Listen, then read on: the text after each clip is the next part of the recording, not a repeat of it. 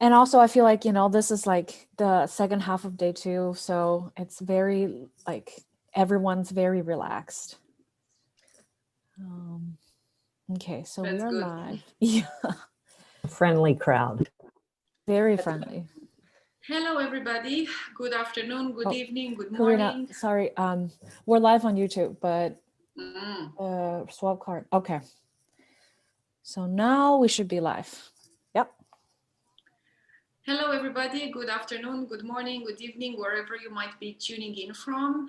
And welcome to this panel of the Ashoka Changemakers Summit 2020. It is a panel around the revolution or the evolution, pun intended, of climate philanthropy. My name is Corina Murafa, and I'm co-leading our global work on planet and climate at Ashoka. What we've seen yesterday in the first day of the summit was that planet and climate as a topic is emerging with change makers, no matter their age and no matter where they act, in what region of the world they work in every time. So in the morning, for instance, I was listening yesterday to young change makers that were talking about their journey as change makers and how they want to change the world at age 10 and at age 11 and how much climate is of concern to them. And in the afternoon yesterday, we had a wonderful panel on the new economic model that we need to be building post-COVID to rebalance the relationship between humanity and nature. And that was a really, really dynamic interaction. And in the evening, there were several other panels around indigenous knowledge and how that can support us in fixing climate. So here we are today. It's afternoon, sort of evening where I'm based, and I'm really, really happy to be opening up a new panel on planet and climate and hopefully have a very engaging conversation with all of you. Since rather towards the end of the summit, I hope we will all be relaxed and that the chat function will be very, very dynamic, just as it was yesterday. So please already, those of us that are watching on Swapcard, start jumping in the chat, saying where you're from and where you're watching us from. And I'm handing it now over to my colleague Irene Wu, who's based in Washington, D.C. Good morning, Irene. She's our knowledge and impact lead at Next Now. So please share with us, Irene, any rules that we might need to pay attention to today. I also know that you wanted to play a movie and to ask a question to our audience. So please, the floor is yours, Irene. Good morning, everyone, and thank you, Karina. And hello from Washington, D.C. Just like Karina said, I'm the Knowledge and Impact Lead for Next Now, Ashoka's new initiative, and I will be manning the tech aspect of today's session. The usual rules about, courteous participation apply. And before we start the discussion and the movie that I will be playing in a moment, I would love for you to scroll to the top of this chat, or I'm happy to just post a question again, just a really quick kind of rapid fire response that we would love to collect from you on what are the barriers to funding climate action. Feel free to post directly in the chat or to click on the Slido link that I shared to put in your response. So with no further ado, I will be playing a really quick video for you before we start.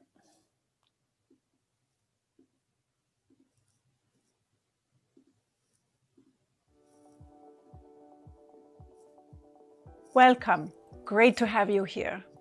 This is a unique moment, a moment that unites all of us. We all face anxiety and loss.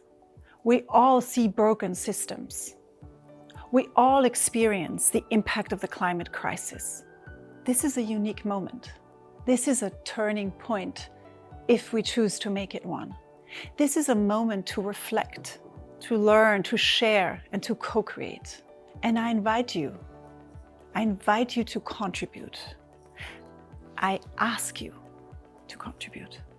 I ask you to partner to fix broken systems. I ask you to join the movement so everyone can step into their change-making power. I ask you to nominate the next generation of change makers. And I ask you to share your wisdom, your knowledge, your expertise. And I ask you to donate to support changemakers. This is our moment to fix the world. This is our moment to contribute. Today is the day, and you are the one.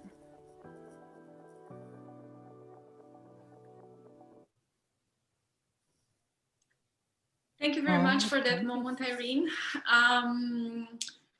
We have with us today three wonderful panelists that I'm going to introduce really briefly now and then share a little bit later with you who they are. So we have with us Louisa Brasset. Hope I pronounced the surname right, although I'm sure I didn't. She's the founder of Greenwood Place, that she's going to be talking a little bit later about, but also a member of the Big Bang Philanthropy, which is a group of like-minded philanthropists that work together to find and finance high-impact scalable organizations that tackle global poverty.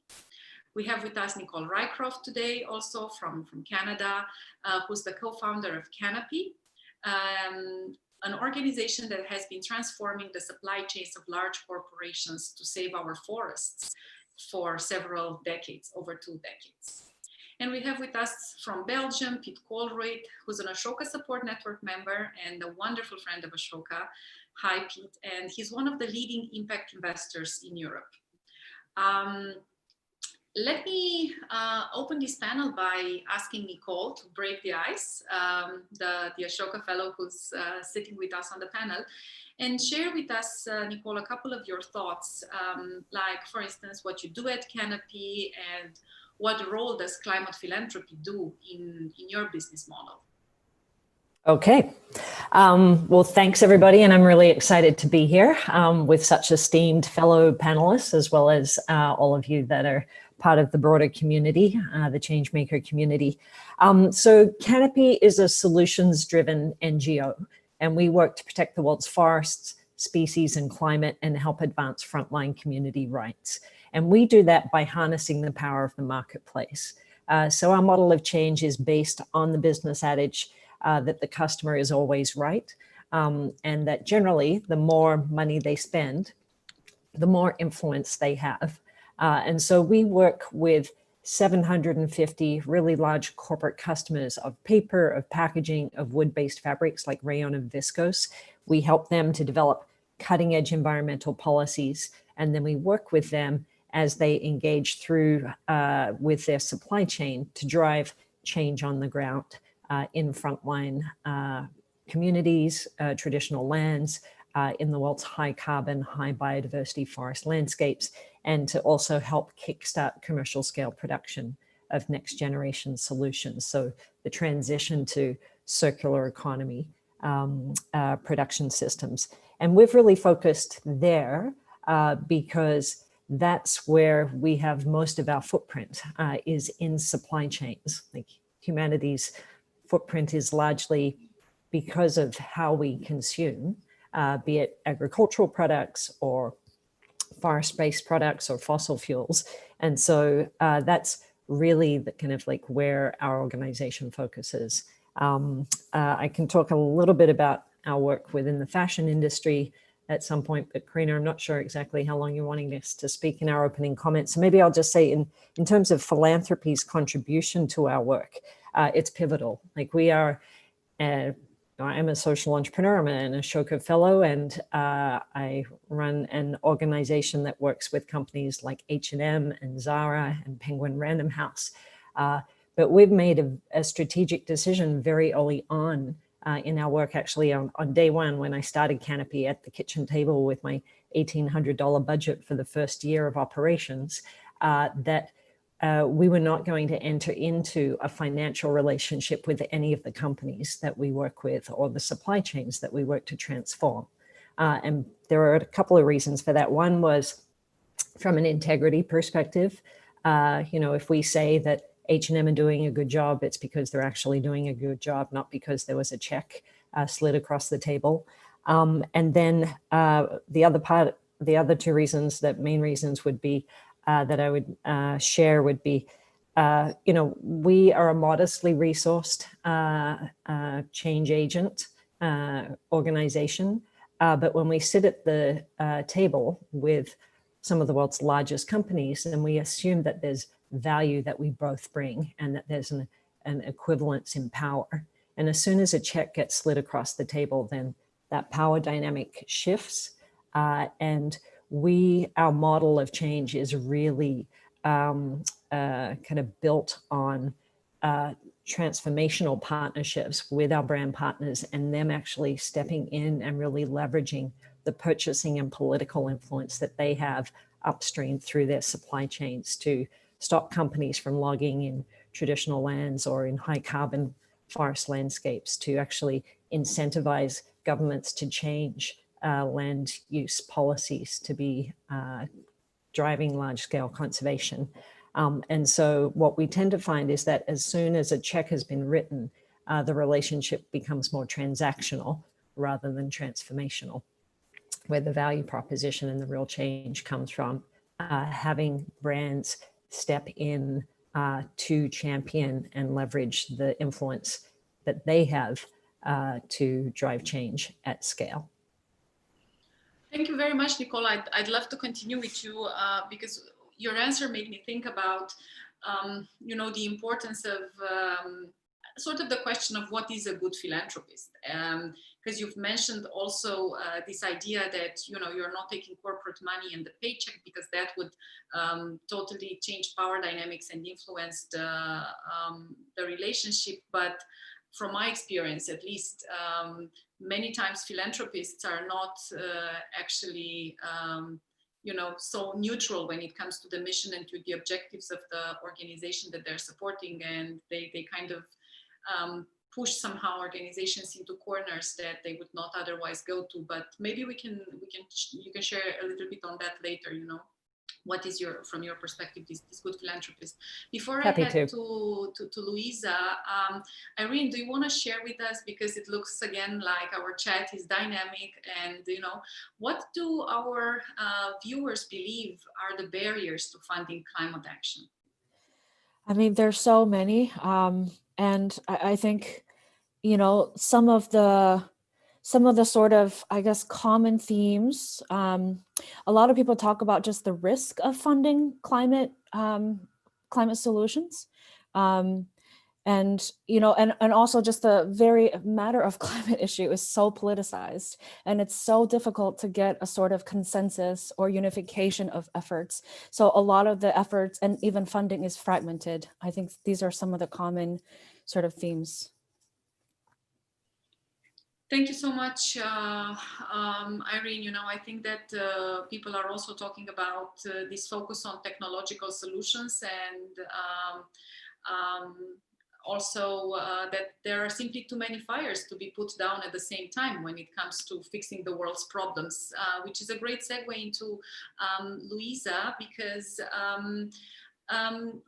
Louisa, I'd love, and we've discussed about this before, maybe you can share it with the audience, what's been your journey like into philanthropy in general and climate philanthropy more specifically? And since indeed there are so many fires to be put out at the same time, how did you choose a certain strategy, or how do you advise others to choose a certain strategy when it comes to climate philanthropy?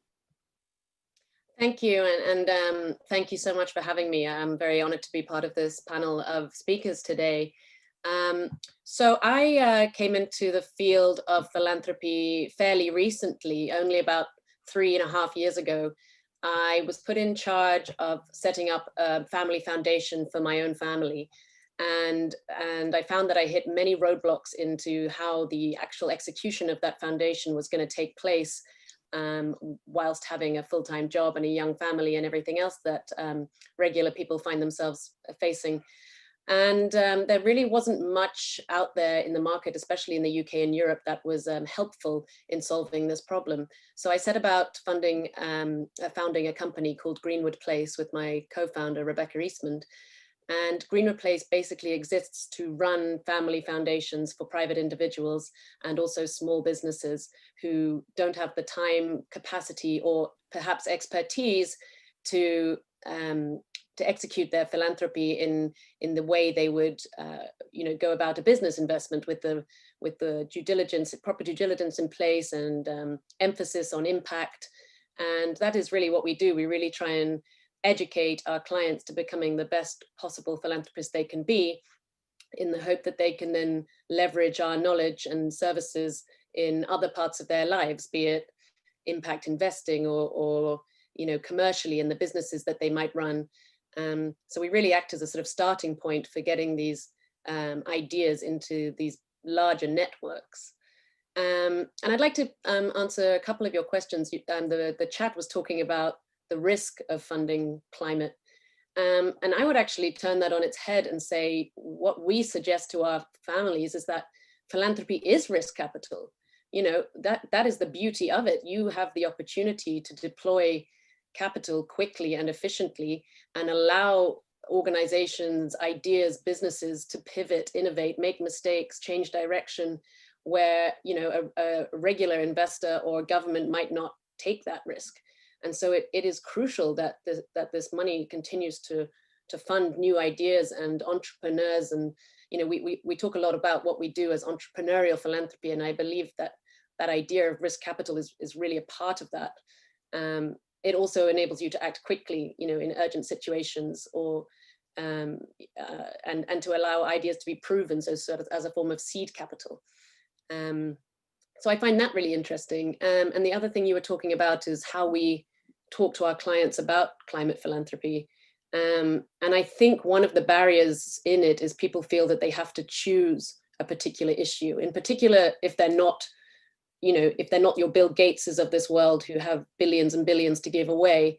They feel they must focus very, directly on one particular issue. And often that's not the case. We talk a lot about issue agnostic worlds that we live in. You're not going to solve a system or a problem by just focusing on one thing. You have to pay attention to the sort of interconnectedness of global issues, and in every situation, helping and solving climate solutions are part of that. So, I mean, one example is we have a big client who's working on hunger, who has a big food industry business, and we'd say to them, this is wonderful to support smallholder agricultures, but at the same time, let's look at advocacy into climate smart agriculture. Let's look at multi-crop planting and how these smallholder farmers can actually adapt to, because those are the ones that are going to ultimately solve your agricultural problems. And half the world who are hungry are smallholder farmers in the first place.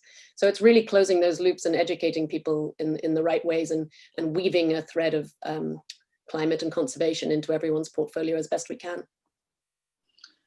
Thank you very much, Louisa. So if I was to recap a little bit of what you've shared, the idea of funding climate is actually very much interconnected with a lot of other topics. So, philanthropists should not feel that they're missing out somehow on fixing hunger or poverty or anything like that if they do have a climate lens to what they do, and if maybe they embody a climate perspective to the general giving that they're making. Yeah, I think the word of the moment is climate justice. It's one thing talking about renewable energy, but if you're looking at the communities that depend on fossil fuels, you have to be listening to that side of the argument as well. It's very much helping the world's systemic problems by looking at disadvantaged people and the environments in which they live in, and you're not going to solve one without the other. So a lot of our clients have portfolios that are on the surface look like they're helping people and planet, but ultimately that is what's going to make the biggest differences, we believe. Okay. And I think, sorry, can I just add on to that? And I know that we need to come across to you, but I would say, I just want to underscore that, because I feel like the conservation world has historically been seen as a kind of, putting up a fence around an area, and it's protected, and we all walk away and everybody feels good about it. And my experience of working in the space for the last 20 years is that you don't get durable conservation without it being socially durable. Like it has to work for communities that are living in these areas. And so a significant amount of our work on the landscape side is helping to support the development of the transition to conservation-based economies for decision makers and communities that are living in the front lines of where we have intact forest areas, or the kind of carbon banks of our natural world, that they actually have other options aside from just an industrialized liquidation of that natural capital to be able to, improve their human well-being and economic status. That there are conservation-based economies that can be built to support that. And so I think just that intersectionality and the interrelationship between social and human well-being and environment is underpinning of any success. Part of why we love working with Ashoka Fellows like you, Nicole, and so many others around the world is the fact that you do have practical solutions that are intersectional, that are not just about climate, but are also about social causes, about poverty, about healthcare. But unfortunately, I was having a conversation recently with an Ashoka Fellow from Africa who was telling me that, although my approach is so holistic, and here's how we also bring conservation benefits, and here's how we also bring healthcare benefits, funders do not want to fund such a holistic approach. So I actually speak one language for the conservation donors, and I speak a different language for the social welfare donors. And I feel that I'm living in this bipolar world sometimes. So I feel that philanthropy, has to catch up a little bit with some of the most cutting edge innovations that we see within our network of fellows. I just want to remind everybody that feel free to post questions in our chat. We will get to them, don't worry. So don't be shy, don't hold your thoughts, post comments, post questions. Irene is there to hold them up and bring them to the panel. And this gives me also the opportunity to introduce our third panelist for the day, Pete Colrit. Pete, I was reading a quote that you shared about yourself at some point, that people can find on the internet, and where you say that I am a type of indignado, somebody who is disgruntled by what is going wrong.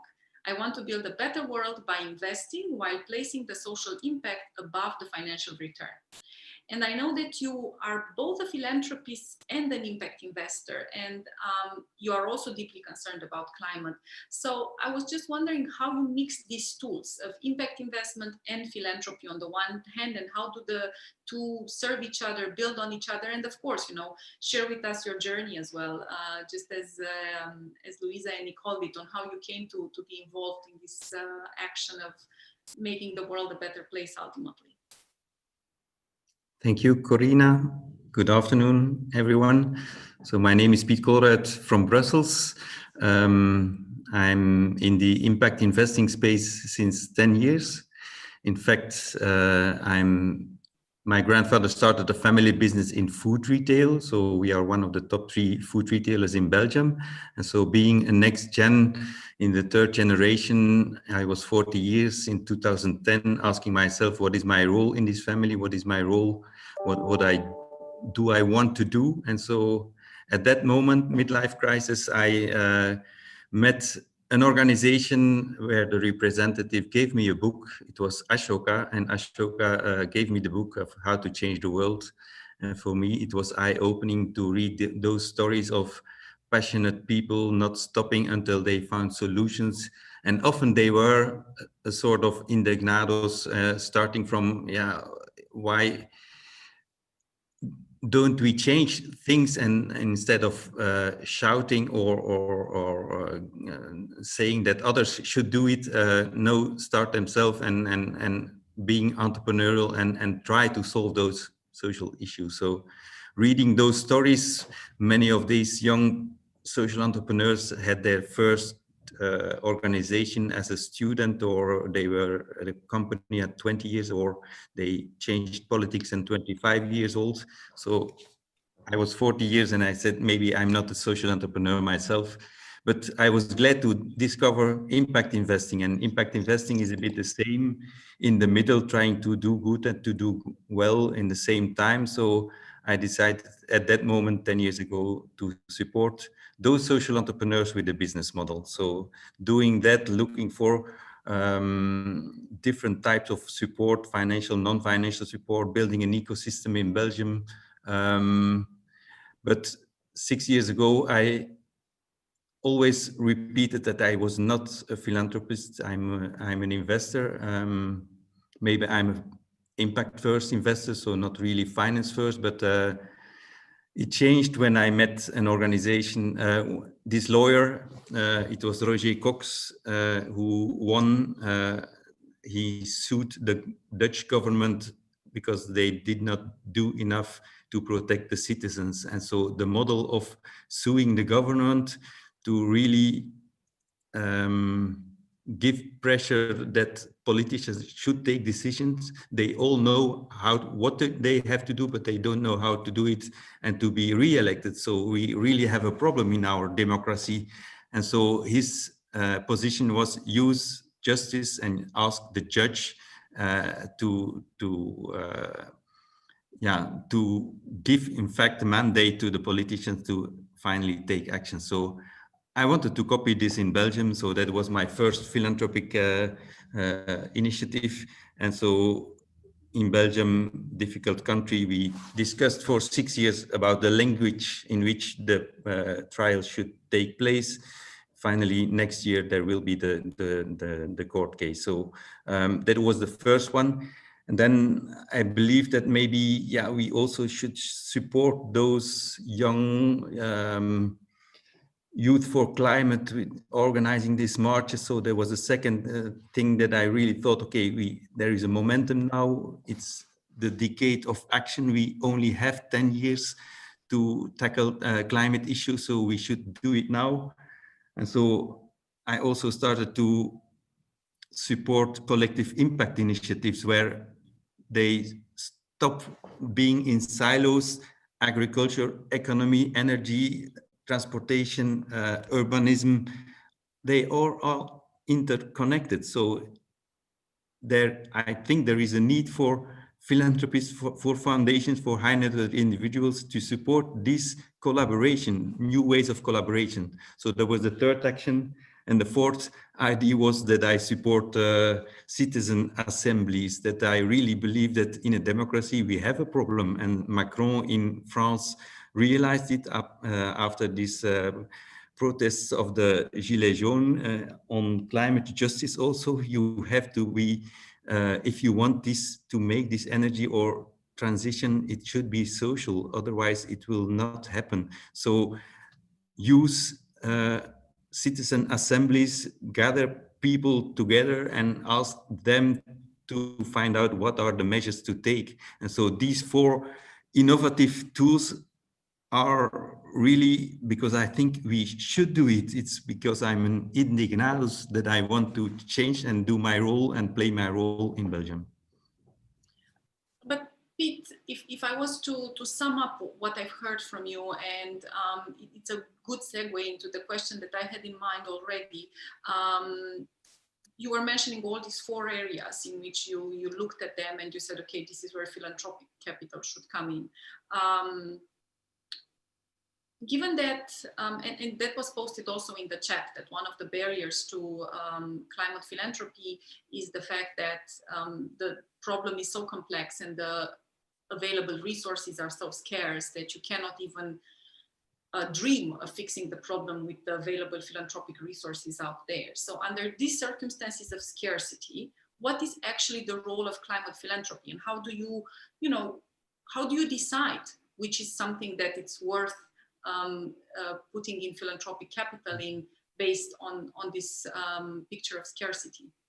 But for me, I'm an investor, and so as an investor, I was investing in renewable energy projects and in offshore wind and in solar projects and in energy saving companies, and it works well, and it can, even without subsidies, be profitable. And so for me, it's evident that every investor should transition towards renewable energy and other projects who are very financially attractive also. So, but to make these programs ready, so to see the different interlinks between agriculture with transportation, urbanism, I think we need this philanthropic money, because otherwise, if you have to wait until the government decides after this politician, then it will not work. So the link is even make programs ready to mobilize these billions. There will be billions needed, but it's not up to foundations to sponsor solar panels on the roof of a non-profit organization. No, there will be businesses doing that, but to make these programs and to make them social accessible for everyone, I think there is the philanthropic playing a role. So it's rather the early stage of a venture up until it kind of and like becomes Louisa more said, mature. So that... and I know that Nicole also agrees, philanthropic money should be risk money. So take higher risk. We need really the high risk. I think it could be a kind of venture philanthropy and taking higher risk to sponsor systemic change, and it's all experiments what I'm doing, and I really believe that I was the starting point for my investment in the climate case was because we were investing in offshore wind energy and we are having profits 10 million more every year. So sponsor approach only one justice case is only 500,000 euro. So I could use the profits coming from the big projects and renewable, very profitable projects from who are good for the planet, but use those profits to take higher risk and to do innovative social things. Can I just pick up on that? Please, yeah? I think the concept of risk is something that, you know, traditionally or within traditional philanthropy, it's something that there's, you know, for the most part been kind of a relatively low appetite for.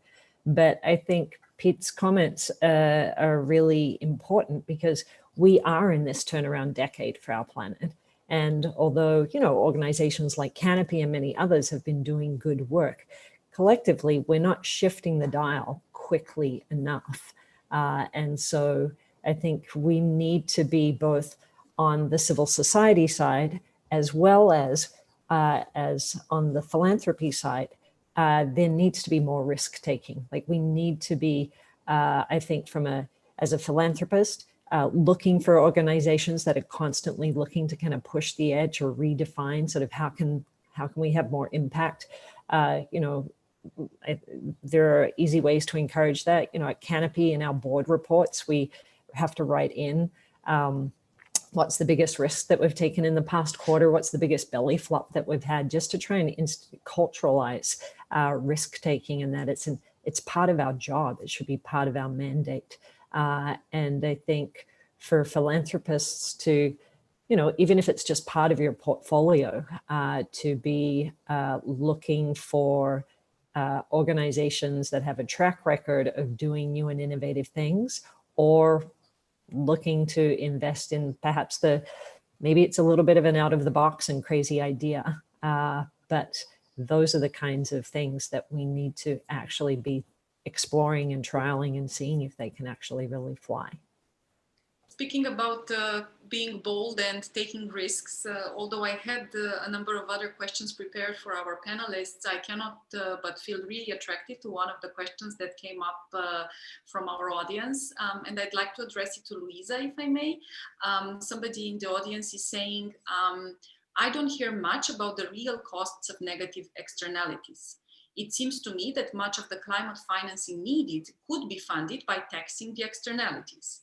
Many of you are part of family businesses or shareholders or philanthropy advisors. So why don't you touch on this topic with the people that you're advising and you're talking about? You know, how do we make the business model itself less, to have less of these negative externalities? So you're talking about those who have control over large commercial businesses or family businesses or things like that. Yeah, I mean, why is it part of the solution would be to have kind of, you know, like higher carbon taxes, or you know, simply push somehow these corporations into being less damaging. So, you know, what's you know, I think it's a really interesting question, and it's actually one we discussed recently. Without a sort of answer to it, but Personally, I believe a lot of the barriers to acting against climate and conservation regulation is because of the negative messaging that surrounds it. And I would flip that on its head and say, yes, of course, I believe that there should be a blanket tax for environment in every society, but why not push for companies to have greater impact and to look at their supply chains and to, you know, start with the positives. What can they do to be better in themselves before taxing the negative? I think it's like both would be wonderful, but I think to get the conversations into these big corporates, you have to learn to listen to them and to understand how they would respond best, I guess. And for me personally, that has been by showing the commercial benefit of being an impactful business, by showing that you're going to hire the best people if you don't measure your impact or have good supply chain policies. And I think taxation is not my, you know, it's not something I'm an expert on, but I think probably in 10, 20 years time, we will have an environmental tax and it'll be a great thing for society. But a lot more needs to change rather than just taxing people. It's got to be the cultures of these big corporates to work together to understand how to be better and to ultimately get to that net carbon production capacity. Can I just jump in as well? It's exactly what I wanted to say, Nicole. Maybe you can also shed some light on how you work on supply chains and with large corporates, because somebody actually in the audience is asking us, you know, how do you do things that are transformational, not transactional, as you've said earlier. So I think part of the solution also is in your experience. Yeah, and I'm happy to, and maybe just to off Louisa's point there, I think there's taxing, which of course I think there would probably be like a high percentage of a level of support for there being carbon tax or as financial mechanism. But perhaps an easier pathway is just to actually redirect the $5 to $6 trillion that governments around the world currently actually subsidize, you know, business as usual, damaging extractive industries, the forest industry, the agricultural industry, fossil fuel industry. Even if that money could be redirected to actually help support more sustainable economies, lighter carbon and lighter biodiversity footprint production systems, then that in itself would, you know, unlock incredible potential. Anyway, so that was, sorry, just an aside to the kind of the idea about putting in place an additional taxation mechanism. We already have sort of like a large pot of money that could be redirected to actually much more positive in its impact. Our work is really built around engaging with brand partners and, as I mentioned earlier, harnessing their purchasing influence to drive positive change through supply chains, rather than kind of us just accepting that, you know, our economy needs to grow and therefore, you know, and economic growth or businesses producing their goods inadvertently means a trail of human rights violations and environmental destruction. Like, that doesn't have to actually be the case. And I think our work with the fashion industry, with the Canopy Style initiative, I think is just a good touch point, in that we started 6.5 years ago working with the fashion industry to transform the viscose supply chain. So viscose, rayon, modal, these fabrics that are soft and silky next to your skin, but 200 million trees logged every year to make viscose and rayon fabrics. And at the time, there was very little awareness that that was actually the link, even amongst brands and designers.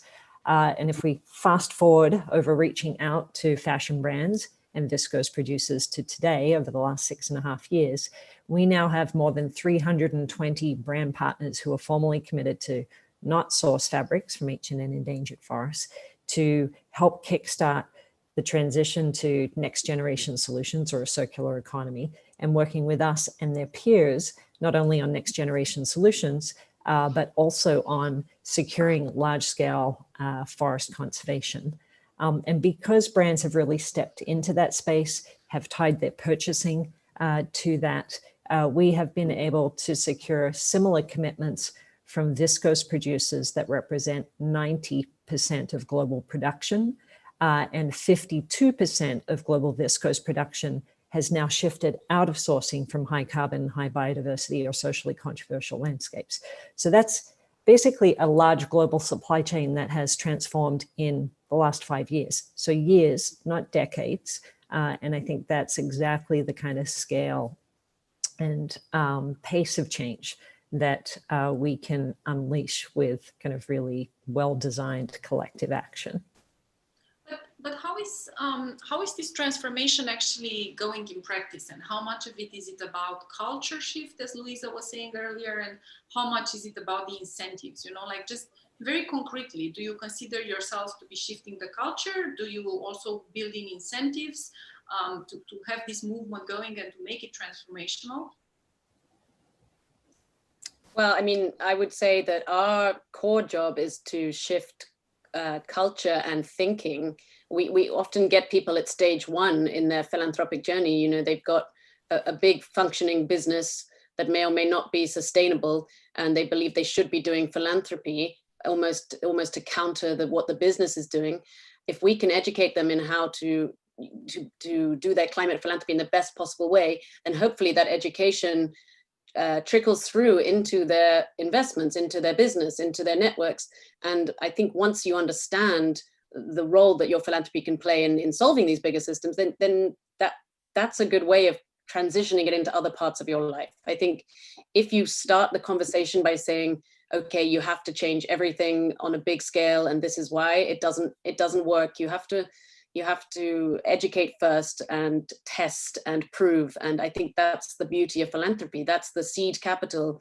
You fund a small coral restoration farm that's just starting off with 2 brilliant minds, and you've given them a little bit of seed funding. 10 years time, they might be sustainable, and you've created a big working structure business that funds itself, and there you've made your little bit of change in the world. And then you think, oh, okay, well, my business might be able to shift these two things. And we've seen it leverage like that and sort of step up and on a scale. And that's where the change is really exciting, and where you can have a bigger change through starting relatively small. I've seen some of your people on the chat asking how an individual can make a big difference, but I think it's finding those unique opportunities to really lift someone to grow their idea or to scale, or, you know, finding those opportunities is really important. And that's where our roles come in as well as advisors. I'm going to go back to that question in the chat about individual behavior, because I also like it, but I want to go to Pete, because I know that you've also enacted quite a bit of transformation work within your own family business and within your own investment portfolio, and you had to shift quite a bit of culture around you once, you know, you got in contact with this whole world. And there's a question for you that came in actually in the chat that ties to that, which is, how did people around you react to your need of supporting social entrepreneurs, and how did they confront your energy of doing good, and how that journey has been for you? For me, when I started this journey and I went to conferences and read articles about impact investing, it was clear that there are two types of impact investing. There is finance first or impact first. And instead of choosing between those two, I think we need them both. We need people who are convinced that finance first impact investing should be with market conform returns, and then you can really grow, and then you can attract, and it should be very attractive, and then it will grow and have the most impact. That's one opinion. My opinion is more, no, if we only do what has market conform returns, and we don't take higher risk or accept lower returns, we will never find those new innovative solutions. So you have to take higher risks. And so I'm more a social first impact investing, knowing that my family with the company, who is a listed company, is more finance first. But instead of choosing and saying goodbye, no, I really want them to inspire both. They can be inspiring for both. So people come to me as a social first impact investor, and if I can convince my cousins or the family business to go in that direction, inspired by Ashoka Fellows and others, to also change their business, then I have more impact. So it's not about choosing impact first or finance first. No, we should co-create and collaborate more. But how difficult was it for you to mainstream this mentality within your family and within other investors that you interact with, to kind of make this cultural shift? How is it for you every day also, because you continuously talk about this? After every conference like this conference also, I'm very energized and I see, okay, finally the world is changing, and then you come home and see your neighbors and then they don't know what you're talking about. So it's a very niche of impact investors or social entrepreneurs, but it's growing. That's the good point. So but it should be more common, and to make it more common, it must be also very with incentives that it's the most attractive. And instead of talking about carbon tax, I'm pro carbon tax, but we should call it carbon dividend, that everyone can benefit from it. If the most polluters are paying for a nicer silent car, then it's nice. So I think we should reframe it also. Nah, it's challenging, but I admire your persistence, definitely. I always do. I'm ignoring a little bit the questions that are still coming in the chat, because I want to go back to something that we touched a bit earlier, but I just want to dig deeper into it. Because as I probably shared with you all, and now I'm sharing also with our audience, Ashoka is finally, becoming very serious about planet and climate, and we've elected this field as one of our global priorities for the coming decade. And of course that, we start like any good pupil by doing their homework. So what we did is that we talked to our fellows and we try to understand really what they are doing, what their models are, how they're viewing the climate question. And one thing that we learned is that there is a paradigm shift prompted by social entrepreneurs, that climate is not an environmental issue, but it's so much interconnected with other issues. It's more of a symptom of deeper problems within our society, and that consequently the strongest solutions to climate change are the solutions that are interconnected, that are complex, that are holistic. And our fellows are actually working at this space where solutions overlap. But the trick is that we need to determine more, philanthropists and also investors, why not, to go in those directions that solve multiple problems, including, carbon emissions. So again, just a round of remarks from you on a couple of actions that you would take, very concretely, to shift philanthropists' mentality and to have them embrace this multi-solving, complex approach to climate. Whoever wants to go first, it's your choice.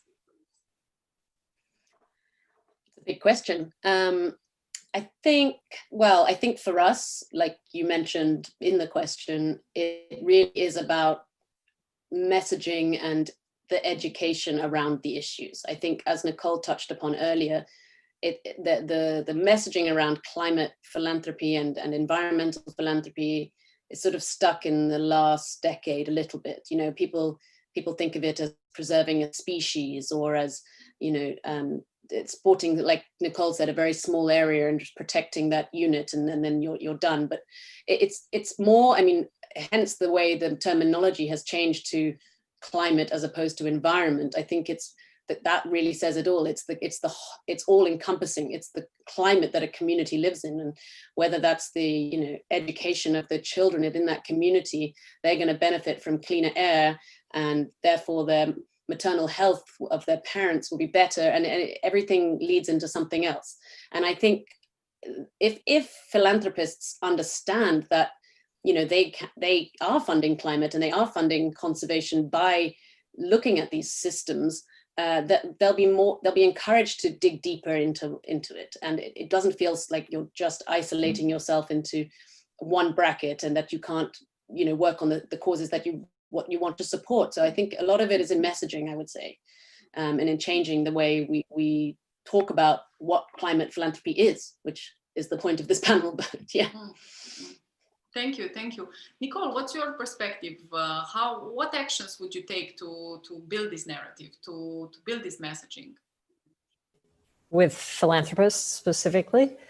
Specifically, or, you know, like it's clear that something needs to shift if we are to accelerate action. And, you know, what would be meaningful, concrete action that we can do to make philanthropists embrace this multi-solving approach and this holistic approach? Yeah, I mean, I think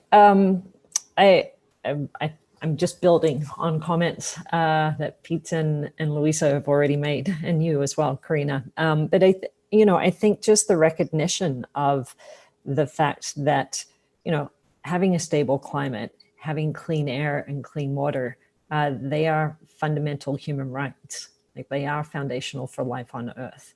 And so the kind of the historical sort of arbitrary separation or siloing of human rights or child poverty and well-being from kind of climate and a healthy climate and vibrant biodiversity is an artificial separation. And so I think really kind of deconstructing that so that there's an appreciation that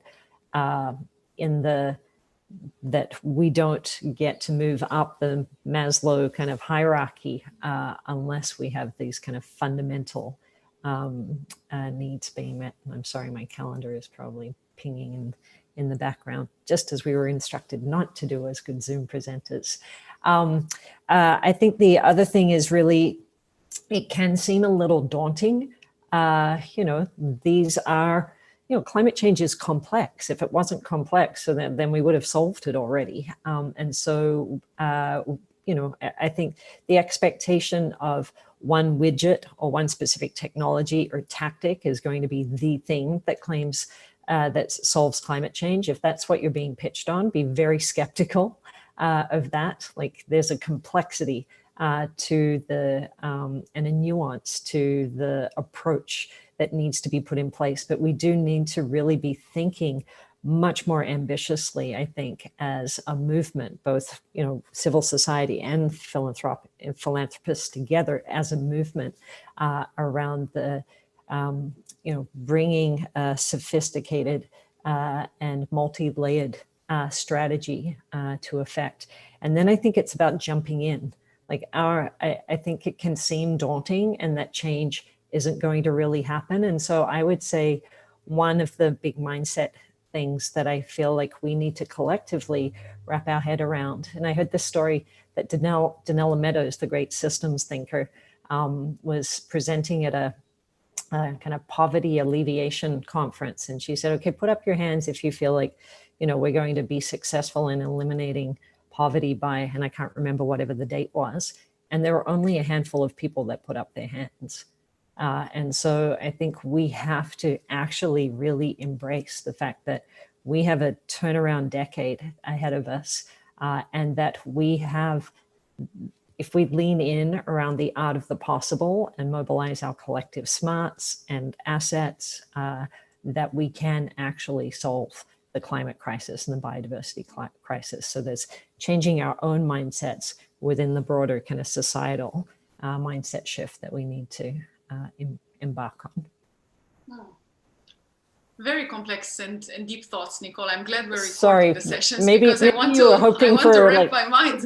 No. But I mean, I love the way you began with the pyramid and the human rights, and then towards this mindset shift and complexity approach. So maybe Pete, what do you think? What can we do to really shift our mentalities to embrace more complexity and to look at approaches that are more holistic?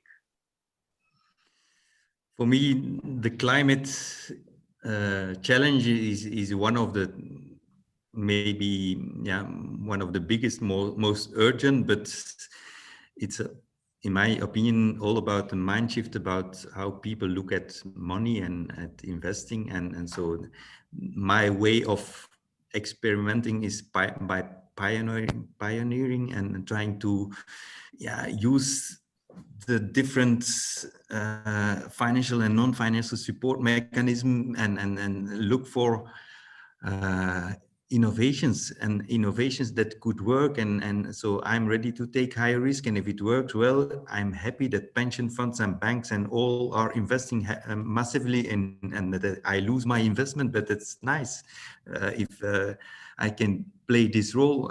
For me, the IPCC reports are so clear. We only have 10 years if you want to change this, and so together with biodiversity loss, I think those two problems are so urgent and so big that, yeah, we cannot wait until we raise our children to become better teachers, to raise their children to become finally less egoistic and become more altruistic. No, we don't have the time. So sometimes we, use the judge or try to change democracy. I think even is a way to, but again, my role is in experimenting and trying to find those innovative solutions. Thank you for that. Before we head out to the final remarks, I just want to do a small popcorn approach, to a question that came from the audience, and to which I want to hear your response, and I'll just simplify it a little bit. What is one behavior, if you are to name one behavior that a simple individual can do that would be most effective for addressing climate change and climate action? Just the plain Joe on the street. What could he or she, Joe, do in terms of behavior to have an impact on a positive impact on climate? Really simply, in our day-to-day lives, starting in 5 minutes after the panel is over. What's a behavior that you advise people to embrace? A simple one, Louisa. Educate yourself. Keep reading, and don't worry if you come across roadblocks, I would say, because every day I get sent an article by someone who's skeptical of something I've spoken to them about. Oh, electric cars, they're not the answer, or oh, that's not the answer. And okay, why are they not the answer? Keep reading and keep taking risks. I would say back something, pivot, if it doesn't work, look for something else and find something that inspires you, because as we always tell our clients, if it's not fun, you lose interest. So really find something you're interested in. I don't have a specific answer to one cause, but I would say make it personal, because if it's personal to you, then you'll feel close to it. So educate yourself, make it personal. Nicole, what's your preferred behavior for addressing climate change, personal behavior? Yeah, I think, jump in, right? You got to be active. It's so easy to be immobilized. I think, actually jumping in to make something happen, recognizing that your money, both in terms of what you buy, as well as where you invest, both your philanthropic as well as your formal investment portfolio, really can shift the dial. I would agree. Take risks. Be willing to, try something that may sound a little zany and out of the box. Thank you. Pete, what's your preferred behavior to address climate change? I would say eat less meat and eat plant-based more. If everyone only one day in the Western world shift their meat into plant-based, it's saving a lot of water and saving a lot of carbon emissions. Thank you for that. I want to read a comment that came in the chat, because I would really like you to reflect as very, very brief final remarks on it. Christiana Figueres talks about stubborn, gritty optimism and how we need to move away from thinking it's too hard or too late, and instead recognize that every fraction of a degree of warming that we can avert is worth fighting for. So, with this stubborn, gritty optimism mindset, what would be a final idea for a disruptive action that you want to see being supported around the world to address climate action? I know we were talking a little bit about disruptions earlier, but what would be a bet you would make on climate action? in the future? If you want to start, Pete, because I know that you have an interesting idea there with the democracy part. I don't have the answer on the question. I was thinking, no, that's true, every small action, but I think we should also, I'm not a fan of impact measurement, but sometimes some actions are much more efficient. So I read and inform yourself also, and to take the right actions, I should say. Thank you. Nicole, a final remark on the best bet that climate philanthropists should be making these days? Well, I like that gritty optimism, because I think we have to, we have to believe, and we have to keep our eye on the prize. I think, history shows us that the seemingly impossible is possible. And can happen, in our experience is that it can happen in years and not decades. I would say that obviously keeping green carbon, so keeping the forest ecosystems and natural systems that are huge reservoirs of carbon standing, protecting them in creative ways is a really like a short-term but long-lasting in terms of its impact place to lean in.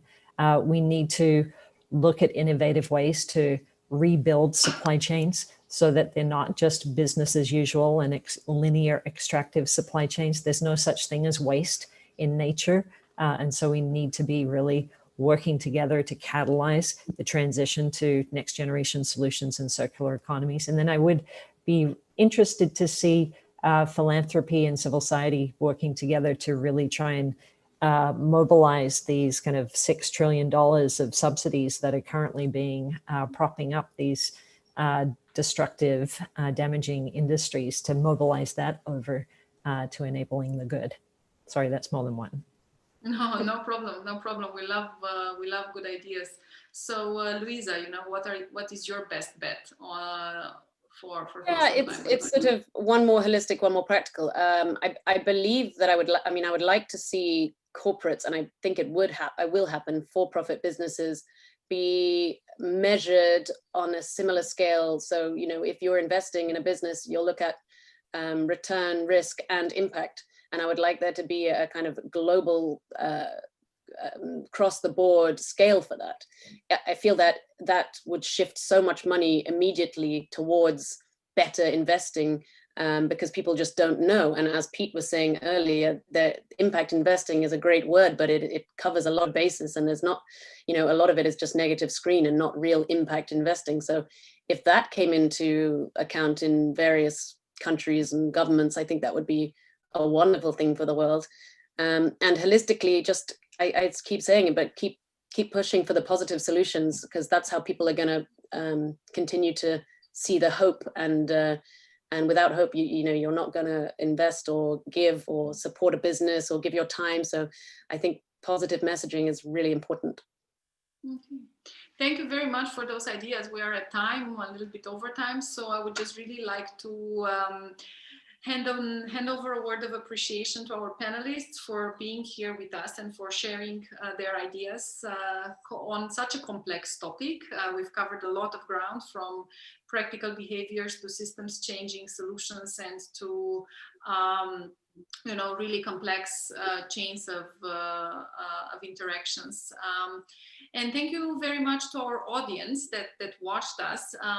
Keep connected to the Ashoka Changemaker Summit today and tomorrow, and keep connected to our work on planet and climate. We would love to stay close to each and every one.